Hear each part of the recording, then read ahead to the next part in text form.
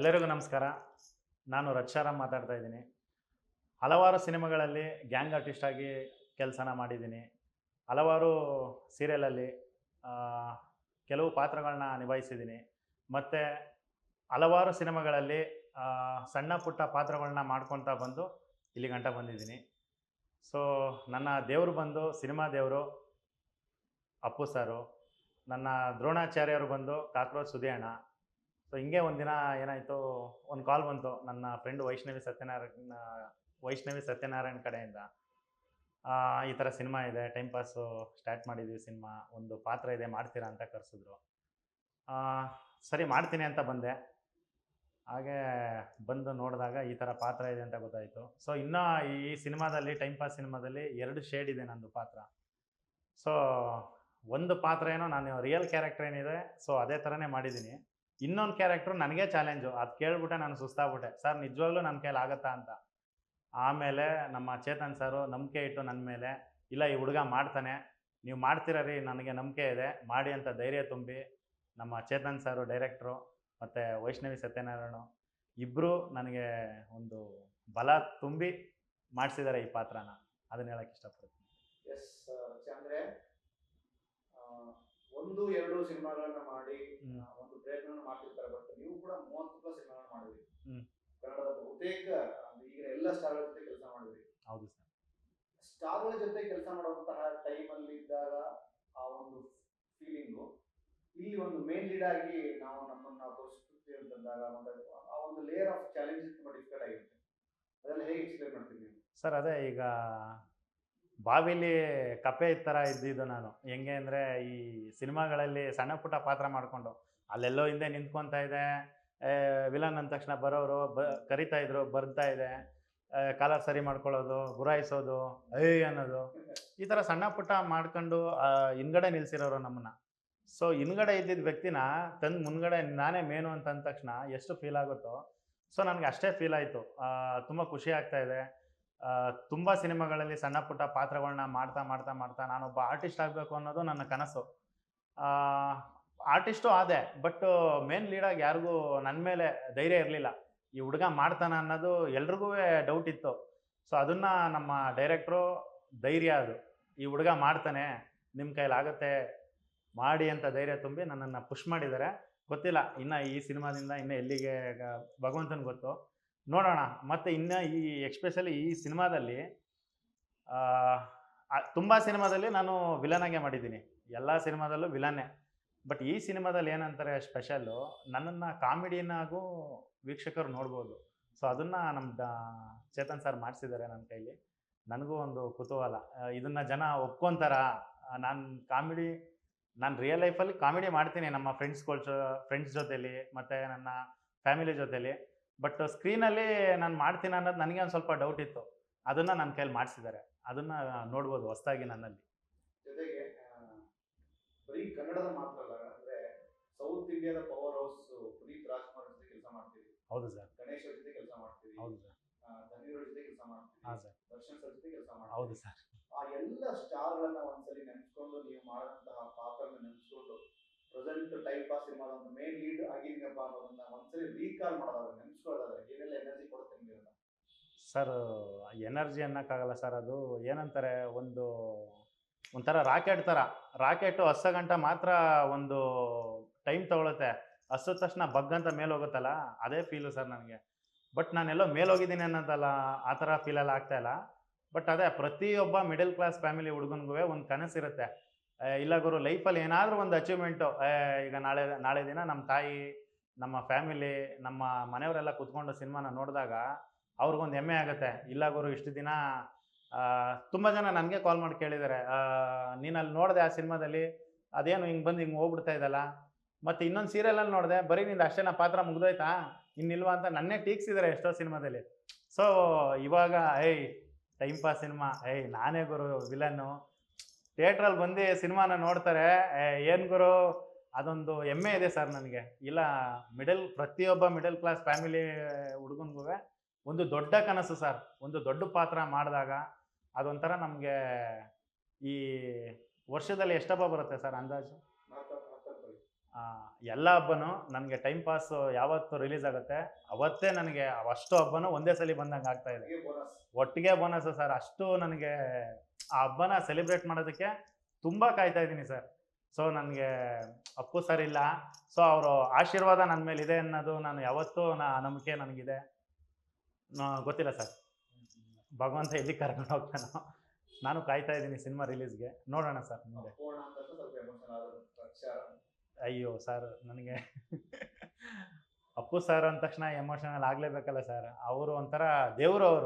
ಅವರು ಸುಮ್ಮನೆ ಅವರು ವಾಯ್ಸ್ ಬತ್ತಿದಂಗೆ ಏನೋ ಒಂಥರ ಅದೊಂದು ಮನಸ್ಸೊಳಗಡೆ ಒಂದು ಕಣ್ಣಲ್ಲಿ ಅದು ಬಂದ್ಬಿಡುತ್ತೆ ಆ ಭಾವನೆ. ಸೊ ಆ ಥರ ಅಪ್ಪು ಅಣ್ಣನ ಬಗ್ಗೆ ನಾನು ಹೇಳೋಷ್ಟು ತುಂಬ ದೊಡ್ಡ ವ್ಯಕ್ತಿ ಅಲ್ಲ. ಅಪ್ಪು ಅಣ್ಣ ದೇವರು. ಮೇಲಾಗಿ ಈ ಸಿನಿಮಾಗಳು ಪ್ರಯತ್ನ ಮಾಡ್ತಿರ್ತೀರಿ, ಒಂದಷ್ಟು ಒಳ್ಳೆಯ ಪಾತ್ರ ಅಂತ ಹೋಗಿರ್ತೀರಿ, ಅದು ಸಣ್ಣ ಪಾತ್ರವಾಗಿ ಬದಲಾವಣೆ ಆಗಿರುತ್ತೆ, ಅಥವಾ ತುಂಬಾ ತುಂಬಾ ಕಡಿಮೆ ಅವಧಿಯಲ್ಲಿ ಬಂದು ಹೋಗ್ತಿರ್ತೀರಿ. ಫುಲ್ ಫ್ಲೆಜ್ ಆಗಿ ಒಂದು ಸಿನಿಮಾದಲ್ಲಿ ಪಾತ್ರ ಮಾಡ್ತಿದ್ದಾಗ ನಿಮ್ಗೊಂದು ಒಂದು ಸ್ಪಾರ್ಕ್ ಓಪನ್ ಆಗುತ್ತೆ, ನಾನು ಚೆನ್ನಾಗಿ ಮಾಡಬೇಕು ಅಂತ. ಅದು ಹೇಗೆ ಇಲ್ಲಿ ವರ್ಕ್ ಆಯಿತು ಟೈಮ್ ಪಾಸ್ ಸಿನಿಮಾದಲ್ಲಿ?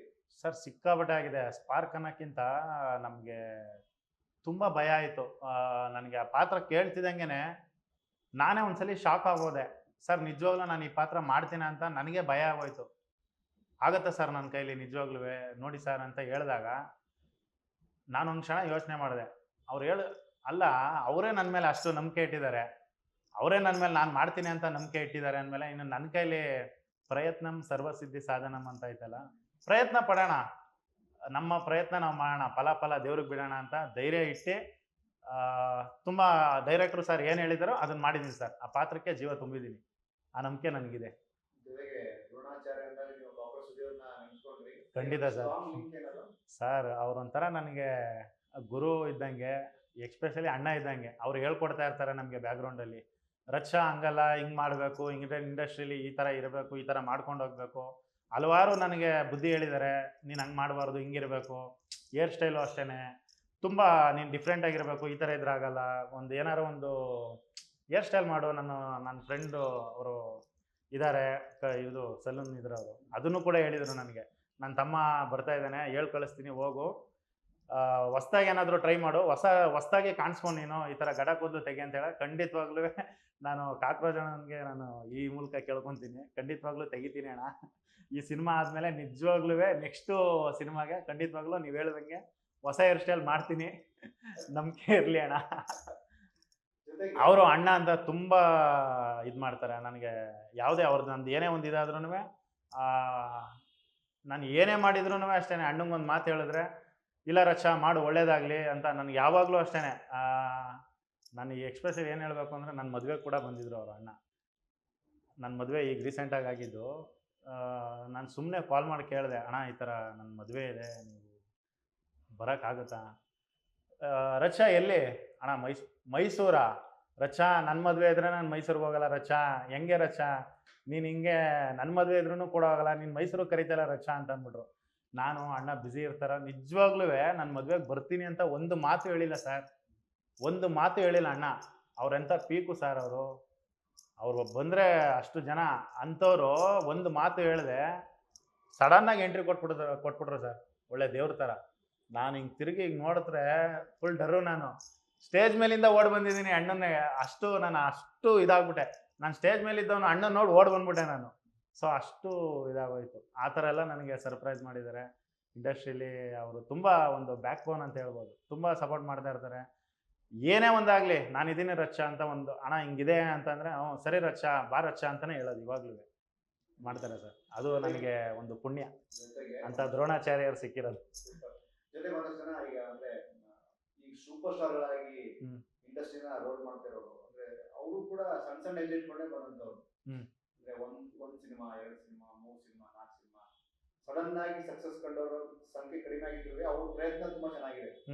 ಈ ಒಂದು ಪಾಯಿಂಟ್ ಆಫ್ ವ್ಯೂ ನಿಮ್ಮ ಪ್ರಯತ್ನ ಹೇಗಿತ್ತು ಇಲ್ಲಿವರೆಗೂ ಬಂದಿಟ್ಕೊಳ್ಳೋಕೆ, ಮೊದಲನೇ ಸಿನಿಮಾದಿಂದ ಇಲ್ಲಿ ತನಕ? ಸರ್ ತುಂಬ ಅವಮಾನಗಳು, ತುಂಬ ಅಪಮಾನ, ತುಂಬ ಅನುಮಾನ ಎಲ್ಲ ದಾಟ್ಕೊಂಡು ಬಯಸ್ಕೊಂಡು ಚೀತು ಅನ್ಸ್ಕೊಂಡು ಎಲ್ಲರಿಗೂ ಇರುತ್ತೆ ಸರ್. ನಾನು ಒಬ್ಬನಿಗೆ ಅಲ್ಲ, ಪ್ರತಿಯೊಂದು ಕ್ಷೇತ್ರದಲ್ಲೂ ಇದ್ದೇ ಇರುತ್ತೆ. ಎಲ್ಲಿರಲ್ಲ ಸರ್ ಅವಮಾನಗಳು, ಎಲ್ಲ ಕಡೆ ಇರುತ್ತೆ. ಅದನ್ನೆಲ್ಲ ದಾಟ್ಕೊಂಡು ತುಳ್ಕೊಂಡು ನಡ್ಕೊಂಡು ಬರ್ತಾ ಈಗ ನಡೆಯೋ ರೋಡಲ್ಲಿ ಕ್ಲೀನಾಗಿದ್ರೇ ರೋಡು ನಡ್ಕೊಂಡು ಹೋಗ್ಬೋದು ಅಂತೀರ. ಬಟ್ ಅದರಲ್ಲಿ ಇನ್ನು ಕಲ್ಲುಗಳಿರುತ್ತೆ, ಆ ಕಲ್ಲುಗಳು ದಾಟ್ಕೊಂಡು ಬರಬೇಕು. ಅದು ಮುಂದೆ ಹೋದರೆ ಮುಳ್ಳುಗಳು ಇರುತ್ತೆ, ಮುಳ್ಳು ಚುಚ್ಕೊಂಡು ಬರಬೇಕು. ಅದ್ರ ಮುಂದೆ ಹೋದರೆ ಬೆಂಕಿನೂ ಇರುತ್ತೆ. ಅದನ್ನೆಲ್ಲ ದಾಟ್ಕೊಂಡು ಬಂದು ಬಂದರೆ ಒಂದು ಸರಿಯಾದ ಪ್ಲೇಸಲ್ಲಿ ನಿಂತ್ಕೋಬೋದು ಅನ್ನೋದು ಒಂದು ನನ್ನದೊಂದು ನಂಬಿಕೆ. ಸೊ ಅದೆಲ್ಲ ಇರಬೇಕು ಸರ್. ಸ್ಟ್ರಗಲ್ ಅನ್ನೋದು ಲೈಫಲ್ಲಿ ಪ್ರತಿಯೊಬ್ಬರಿಗೂ ಇಲ್ಲಿ ಬಂದು ಕುತ್ಕೊಳ್ಳೋದಕ್ಕೂ ಅಷ್ಟೇ ಸರ್, ಸಿಕ್ಕಾಪಟ್ಟೆ ಕಷ್ಟಪಟ್ಟಿದ್ದೀವಿ. ಪ್ರತಿಯೊಂದು ನಾವು ನಮ್ಮ ಜರ್ನಿನೇ ಒಂಥರ ನಿಮ್ಗೆ ಗೊತ್ತಿರುತ್ತೆ ಸರ್. ಸಿನಿಮಾದವ್ರ ಜರ್ನಿ ಹೆಂಗೆ ಅಂದರೆ ಇವತ್ತಿದ್ರೆ ನಾಳೆ ಇರಲ್ಲ.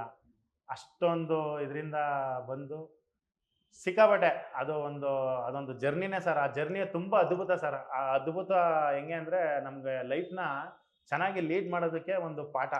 ಆ ಪಾಠನ ಕ್ಲೀನಾಗಿ ಕಲ್ತ್ಕೊಂಡು ಬಂದು ಅದು 1ನೇ ಕ್ಲಾಸಿಂದ ಕಲ್ತ್ಕೊಂಡ್ಬಂದು ಇವತ್ತು ಇಲ್ಲಿ ಗಂಟ ಬಂದಿದ್ದೀನಿ. ಗೊತ್ತಿಲ್ಲ PhD ಕರ್ಕೊಂಡೋಗುತ್ತೋ ನೋಡೋಣ ಸರ್. ಅದು ನಮ್ಮ ಪ್ರೇಕ್ಷಕರ ಸಪೋರ್ಟು, ನಮ್ಮ ಕಾನ್ಫಿಡೆನ್ಸು. ಜೊತೆಗೆ ಒಂದು ಸಿನಿಮಾ ಪ್ರೊಡಕ್ಷನ್ ಮಾಡಬೇಕು ಅಂದ್ರೆ ನಿರ್ಮಾಪಕರಾಗಲಿ ನಿರ್ದೇಶಕರಾಗಲಿ ತುಂಬಾ ದೊಡ್ಡ ದೊಡ್ಡ ಸಮಸ್ಯೆನ ಅವರು ಫೇಸ್ ಮಾಡ್ತಾರೆ. ಇವನ್ ಡೈರೆಕ್ಟರ್ ಕೂಡ ಹೇಳ್ತಾ ಇದ್ರು, ಅಂದ್ರೆ ಶೂಟಿಂಗ್ಗೆ ಅಮೌಂಟ್ ಅಡ್ಜಸ್ಟ್ ಆಗ್ತದೆ ಶೂಟಿಂಗ್ ಮಾಡ್ತಾ ಇದ್ವಿ, ಮತ್ತೊಂದು ಸಣ್ಣ ಗ್ಯಾಪ್ ಕೊಡ್ತಾ ಇದ್ವಿ, ಮತ್ತೆ ಅಮೌಂಟ್ ಕಲೆಕ್ಟ್ ಆದಾಗ ಶೂಟಿಂಗ್ ಮಾಡ್ತಾ ಇದ್ವಿ. ಈ ತರದ ಪ್ರಾಜೆಕ್ಟ್ ನ ಒಂದು ಭಾಗವಾಗಿ ಕೆಲಸ ಮಾಡಿರೋದ್ರಿಂದ ಡೈರೆಕ್ಟರ್ ಬಗ್ಗೆ, ಪ್ರೊಡಕ್ಷನ್ ಹೌಸ್ ಬಗ್ಗೆ, ಇಡೀ ಟೈಮ್ ಪಾಸ್ ಬಗ್ಗೆ ಏನು ಹೇಳ್ತಾರೆ ಸರ್? ನಿಜವಾಗ್ಲೂ ಹೆಮ್ಮೆ ಆಗುತ್ತೆ. ಬಟ್ ಇವತ್ತು ನಾನು ಹೇಳಬೇಕು ಏನು ಒಂದೇ ಒಂದು ಮಾತು ಹೇಳಬೇಕು ಅಂದರೆ ನಮ್ಮ ಡೈರೆಕ್ಟ್ರು ಧೈರ್ಯನ ನಾನು ಮೆಚ್ಕೊಬೇಕು. ಆ ಮನುಷ್ಯಂಗಿರೋಷ್ಟು ಧೈರ್ಯನ ನಾನು ಇವತ್ತವರೆಗೂ ನಾನು ಯಾರ ಹತ್ರನೂ ನಾನು ನೋಡಿಲ್ಲ. ಅವರು ಒಂದು ಮಾತು ಅವ್ರು ಏನು ಹೇಳ್ತಾರೆ ಅದನ್ನೇ ಮಾಡ್ತಾರೆ. ಅವ್ರು ಕುಗ್ಗಲ್ಲ. ಎಷ್ಟೇ ಅವ್ರೊಂಥರ ಹೆಂಗೆ ಅಂದರೆ ಮಳೆ ಬರ್ತಾಯಿದ್ರೆ ನಿಂತ್ಕೊತಾರಲ್ಲ, ಆ ಮಳೆ ಎಲ್ಲ ಅವ್ರು ಮಳೆ ಅಂದ್ಕೊಳ್ಳಲ್ಲ, ಅದು ಒಂಥರ ಕಷ್ಟ. ಆ ಕಷ್ಟಗಳು ಬಂದಷ್ಟು ನಾನು ಇನ್ನೂ ಚೆನ್ನಾಗಿ ಆಗ್ತೀನಿ. ಈಗ ಮಳೆ ನೀರು ನಮ್ಮ ಮೇಲೆ ಬಿದ್ದರೆ ನಾವೆಷ್ಟು ಫ್ರೆಶ್ ಆಗ್ತೀವೋ, ಸೊ ಅವರು ಹಂಗೇನೆ ಆ ಕಷ್ಟಗಳು ಬರ್ತಾ ಅವ್ರು ಇನ್ನೂ ಫ್ರೆಶ್ ಆಗ್ತಾನೆ ಇರ್ತಾರೆ. ಅದನ್ನ ನೋಡಿ ನಮಗೂ ಭಯ ಇರೋದು ಕೂಡ ಹೊಂಟೋಗಿ ಇವ್ರಿಗಿರೋ ಧೈರ್ಯ ಒಂಚೂರು ನಮಗೆ ಸಿಕ್ಕಿದ್ರೆ ಸಾಕಲ್ಲಪ್ಪ ಅನ್ನೋ ಒಂದು ಇದು ನಾವು ಕಣ್ಣಾರೆ ನೋಡ್ಬಿಟ್ಟಿದ್ದೀವಿ ಸರ್. ಅವರೆಷ್ಟು ಕಷ್ಟಪಟ್ಟಿದ್ದಾರೆ, ಅಷ್ಟೇ ಕಷ್ಟಪಟ್ಬಿಟ್ಟಿದ್ದಾರೆ. ಈ ಸಿನಿಮಾದಲ್ಲಿ ಮಾತ್ರ ಅವರು ಏನು ಜೀವನದಲ್ಲಿ ಕಷ್ಟಪಟ್ಟಿದ್ದಾರೋ ಅದ್ರ ಡಬಲ್ ಈ ಸಿನಿಮಾಗೋಸ್ಕರ. ಒಬ್ಬ ದೊಡ್ಡ ವ್ಯಕ್ತಿ ಆಗಿರೋದು ಸಿಂಪಲ್ಲು. ಒಬ್ಬ ದೊಡ್ಡ ವ್ಯಕ್ತಿ ಕೆಳಗಡೆಯಿಂದ ಬಂದು ಅಲ್ಲೆಲ್ಲ ಬಂದು ಓಡಾಡ್ಕೊಂಡು ನಿಂತ್ಕೊಂಡಾಗ ಏನು ಗುರು ಇವ್ರ ಮುಂದೆ ನಾವೇನು ಇಲ್ಲ ಅಂತ ಅನ್ಸ್ಬಿಡ್ತದೆ. ಸೊ ಅಷ್ಟು ಹಂಗಿರೋರು ಇದೆಲ್ಲ ಹಿಂಗಾಗುತ್ತಾ ಇಷ್ಟೊಂದು ಕಷ್ಟ ಆಗುತ್ತಾ.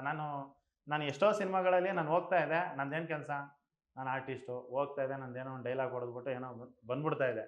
ಬಟ್ ನಮ್ಮ ಸಿನಿಮಾದವರು ಇಷ್ಟು ಹಿಂದ್ಗಡೆ ಇಷ್ಟು ಕಷ್ಟಗಳಿರುತ್ತಾ, ಇದಕ್ಕೆಲ್ಲ ಇಷ್ಟು ಕಷ್ಟ ಇರುತ್ತಾ, ಈ ಸೀನ್ ತೆಗಿಬೇಕಾದ್ರೆ ಇಷ್ಟು ಕಷ್ಟ ಇರುತ್ತಾ, ಒಂದು ದಿನದ್ದು ಏನಿರುತ್ತೆ ಪೇಮೆಂಟು ಆರ್ಟಿಸ್ಟ್ಗಳಿಗೆ ಮತ್ತು ಟೆಕ್ನಿಷಿಯನ್ಸ್ಗೆ, ಮತ್ತು ಒಂದು ದಿನದ್ದು ಶೂಟಿಂಗ್ ಖರ್ಚು ಎಷ್ಟಿರುತ್ತೆ, ಹೋಗ ಬರೋದು ಎಲ್ಲ ಲೆಕ್ಕ ಹಾಕೊಂಡ್ರೆ ನನಗೆ ನಿಜವಾಗ್ಲೂ ಎಷ್ಟೊಂದು ಸಲ ನನಗೆ ನಮ್ಮ ಸಿನಿಮಾದಲ್ಲೇ ಟೈಮ್ ಪಾಸ್ ಸಿನಿಮಾದಲ್ಲೇ ನಾನು ಎಷ್ಟೊಂದು ಸಲ ನನಗೆ ಗೊತ್ತಿಲ್ಲದಂಗೆ ಒಳಗಡೆಯಿಂದ ಒಂಥರ ನೋವಾಗ್ಬಿಟ್ಟಿದೆ, ಒಂಥರ ಬೇಜಾರು ಆಗಿದೆ.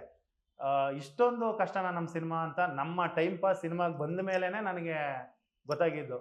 ನಾನು ಇಲ್ಲಿವರೆಗೂ ಅದೇನೋ ಬಾವಿಲಿರೋ ಕಪ್ಪೆಲಿದ್ದಂಗೆ ಇದ್ದೆ ನಾನು. ಸುಮಾರು ಸಿನಿಮಾಗೆ ಹೋಗ್ತಾ ಇದೆ, ಸೀರಿಯಲ್ ಕರೆದ್ರೆ ಹೋಗ್ತಾ ಇದೆ, ಮಾಡ್ತಾ ಇದೆ, ಮುಗಿಸ್ತಾ ಇದೆ, ಬಂದ್ಬಿಡ್ತಾ ಇದೆ. ಬಟ್ ಡೀಟೇಲಾಗಿ ನಿಂತ್ಕೊಂಡಿದ್ದೆ ಈ ಸಿನಿಮಾಗೋಸ್ಕರ, ನಮ್ಮ ಸಿನಿಮಾ ಅಂತ.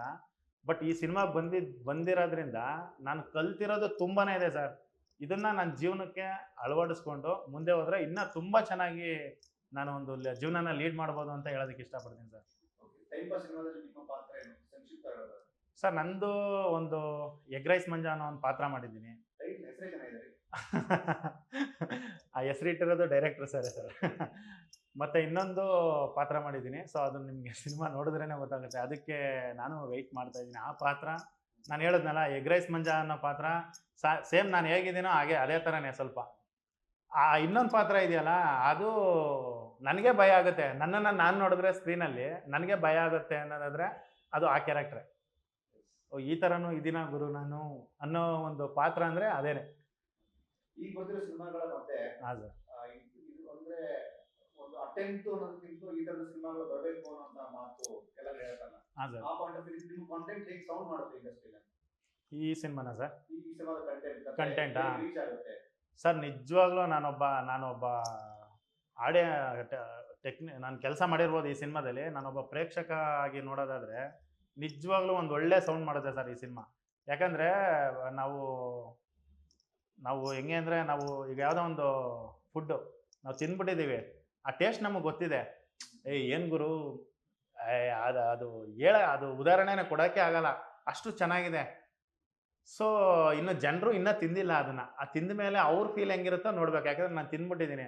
ಬಟ್ ನಾನು ತಿಂದಿದ್ದು ಹೆಂಗಿತ್ತು ಅಂತಂದ್ರೆ, ನಾನು ಬರೀ ರೈಸ್ ತಿಂದಿದ್ದೆ ಅಷ್ಟೇ. ಬರೀ ಪ್ಲೇನ್ ರೈಸು, ಬಾಳೆ ಎಲೆಲಿ ಬರೀ ಪ್ಲೇನ್ ರೈಸ್ ಹಾಕಿದ್ದಾರೆ. ಸೊ ಈಗ ಹೆಂಗಾಗಿದೆ ಅಂದರೆ, ಆ ಅನ್ನಕ್ಕೆ ಸಾಂಬಾರು, ಹಪ್ಪಳ, ಪಲ್ಯ, ಪಾಯಸ, ಸೊ ಎಲ್ಲ ಉಟ್ಕೊಂಡ್ಬಿಟ್ಟಿದೆ. ನನಗೆ ವೆಯ್ಟಿಂಗು. ಈಗ ನಾನು ನೋಡಿದ್ರೆ ಇನ್ನೂ ಹೆಂಗೆ, ಬರೀ ರೈಸ್ ತಿಂದೇ ಚೆನ್ನಾಗಿದೆ ಅಂದಿದ್ದೀನಿ, ಇನ್ನು ಇಷ್ಟೆಲ್ಲ ಉಟ್ಕೊಂಡಿದೆ ಗುರು. ಇನ್ನು ಹೆಂಗಿರ್ಬೋದು ಸಿನಿಮಾ ಅನ್ನೋ ಒಂದು ಕುತೂಹಲ ಇದೆ. 100% ನಮ್ಮ ಕನ್ನಡ ಪ್ರೇಕ್ಷಕರು ಈ ಸಿನಿಮಾನ ಎತ್ತಿ ಮೆರೆಸ್ತಾರೆ ಸರ್, ನಾನು ಇವತ್ತು ಹೇಳ್ತಾ ಇದ್ದೀನಿ. ಯಾಕೆಂದರೆ ಅಷ್ಟು ಅದ್ಭುತವಾಗಿ ಬಂದಿದೆ. ಹೊಸಬ್ರು ಅಂತ ನಾನು ಹೇಳ್ತಾ ಇಲ್ಲ ಸರ್. ಎಷ್ಟು ಯಾರೇ ಆಗಿರಲಿ ಈ ಸಿನಿಮಾ ಬಂದು ನೋಡಿದ್ರೆ ಒಂದೇ ಮಾತು ಹೇಳೋದು, ಇವರು ಹೊಸಬ್ರಲ್ಲ ಅಂತಲೇ ಹೇಳೋದು ಸರ್. ಅಕ್ಟೋಬರ್ 3ಕ್ಕೆ ಸಿನಿಮಾ ರಿಲೀಸ್ ಆಗ್ತದೆ. ಹ್ಮ್. ಆಡಿಯನ್ಸ್ ಏನು ಇಷ್ಟಪಡ್ತೀವಿ ಸರ್, ಪ್ರತಿಯೊಬ್ಬರಿಗೂ ಹೇಳ್ತಾ ಇದ್ದೀನಿ, ಅಕ್ಟೋಬರ್ 17 ನಮ್ಮ Kannada cinema time pass release ಆಗ್ತಾ ಇದೆ. ನಿಮ್ಮೆಲ್ಲರ ಆಶೀರ್ವಾದ ನಮ್ಮ ಸಿನಿಮಾದ ಮೇಲೆ ಇರಲಿ, ನಮ್ಮ ಹೊಸ ಕಲಾವಿದ್ರ ಮೇಲೆ ಇರಲಿ, ನನ್ನ ಮೇಲೂ ಇರಲಿ. ದಯವಿಟ್ಟು ಬಂದು ಮನೆ ಮಂದಿ ಎಲ್ಲ ಕರ್ಕೊಂಡು ಬಂದು ಈ ಸಿನಿಮಾನ ವೀಕ್ಷಿಸಿ, ಹೊಸ ಕಲಾವಿದ್ರನ್ನ ಬೆಳೆಸಿ, ಆಶೀರ್ವಾದ ಮಾಡಿ. ನಿಮ್ಮ ಪ್ರೀತಿ ಪ್ರೋತ್ಸಾಹ ನಮಗೆ ಬೇಕು. ದಯವಿಟ್ಟು ಅಕ್ಟೋಬರ್ 17 ನಮ್ಮ ಸಿನಿಮಾನ ಬಂದು ನೋಡಿ ಥಿಯೇಟ್ರಿಗೆ. ಜೈ ಟೈಮ್ ಪಾಸ್.